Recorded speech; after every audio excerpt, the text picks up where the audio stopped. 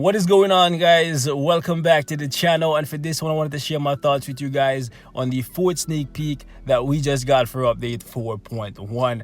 Now this is giving us confirmation that yes, we are indeed getting new uniforms for both Rocket Raccoon and Star-Lord, and although I'm excited to see what Netmarble decides to do for these two this time around, I personally don't know if I'm going to pick these uniforms up at all, or at the very least I don't see myself picking them up day one unless they're incredibly powerful, because these guys, both of them as of right now, have two uniforms apiece, and although Star-Lord's most recent uniform makes him a playable character, it's not really putting them much higher than they were without the uniform, because even though I have Rocket Raccoon in this uniform, he's basically the exact same as he is without the uniform. I've never ever in the history of me playing this game been able to do anything with Rocket on his own. All he does is die because he doesn't have good DPS and he has absolutely no survivability, even though he has some healing in his kit. Like, I have this guy built, so I'm not just saying that out my ass. Like, I literally have him ready to be tier 2'd,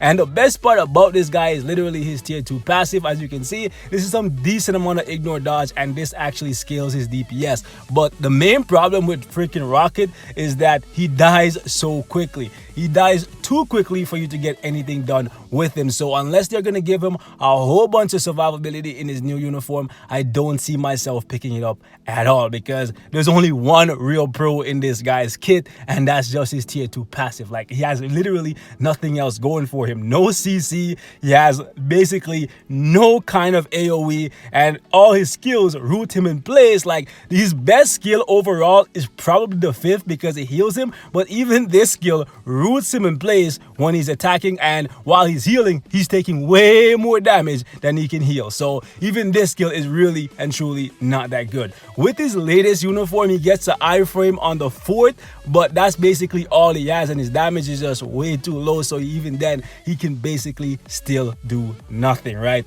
He needs some kind of a guard, he needs damage block, he needs invincibility, or he needs a whole lot of iframes to stay alive, because as of right now, he's just a trash character that I personally don't see myself buying a second uniform for, just for him to basically be the exact same as the base. However, Netmarble seems to be doing really good right now when it comes to Infinity War uniforms, so this may actually propel Rocket to a new place, so I'm looking forward to that at the very least. But I'm not gonna say I'm gonna pick this uniform up day one regardless of how badass I think it looks. I'm not gonna do that. I'm gonna wait and see what they do for Rocket, because I've been disappointed 2 times before. Luckily, I didn't buy this one because, as you can see, he's getting a 3rd.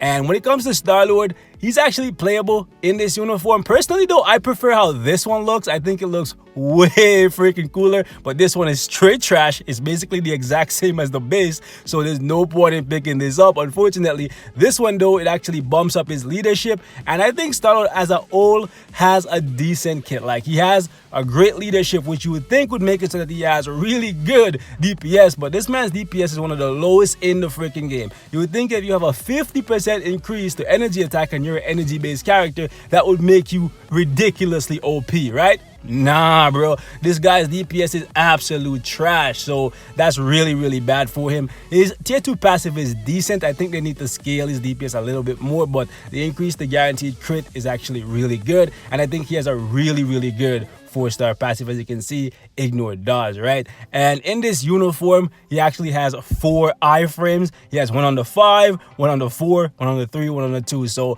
only one skill doesn't have an iframe, and you would think that gives him amazing survivability, but even so, the iframes are just in really weird places and they're very unreliable. So even this version of Star-Lord, even though it's the best version of him, is really and truly not that good. Low DPS, survivability is better than the base, but not by much. Honestly, even with all those iframes, you still struggle if you don't play him properly. So yeah, really looking forward to seeing what they do to make this version of Star-Lord obsolete and try to force me to buy a new one for him, because I don't see myself doing it, especially if they piss me off and make it so that this 5th skill still has absolute trash tracking, because whenever you use this, you have a really slow freaking wind up that makes it so that when you're going into the iframe, you take a bunch of damage. And on top of that, the tracking on the skill is absolutely atrocious. So a lot of the time you get virtually no damage out of it because it just completely misses, right? So they really need to change this and give Star-Lord a whole lot more DPS in order to sucker me into buying another uniform for him, because DPS is way too low and I really hate this skill. You would think if this is the 5th skill, this should be the best skill in his kit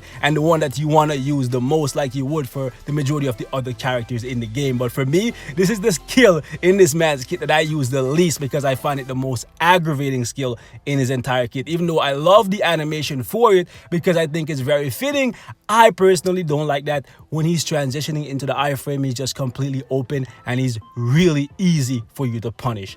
Absolutely hate that, and the tracking is just absolutely ridiculous. They need to do what they did for Yondu, making it so that when Yondu is going into his 5th skill, which is basically an upgraded version of this, he's in a freaking bubble where he can't take damage, right? So they need to do the exact same thing for Star-Lord and make it so that his freaking 5th is on par with Yondu's, because Yondu's is legit, especially if you have Yondu in the Guardians of the Galaxy Volume 2 uniform. That Yondu is actually superior to Star-Lord when it comes to DPS and overall survivability, in my book at the very least. The only thing Star-Lord hasn't beat is in terms of the leadership, which Star-Lord is always a really good leadership to have on your team, and that's the main reason why I built the character. So I'm really looking forward to seeing how they change things around this time. Are we just gonna get more survivability in Star-Lord and the damage is just gonna be absolute trash? If that's the case, I might as well just stick to this one. And what are they going to do with Rocket?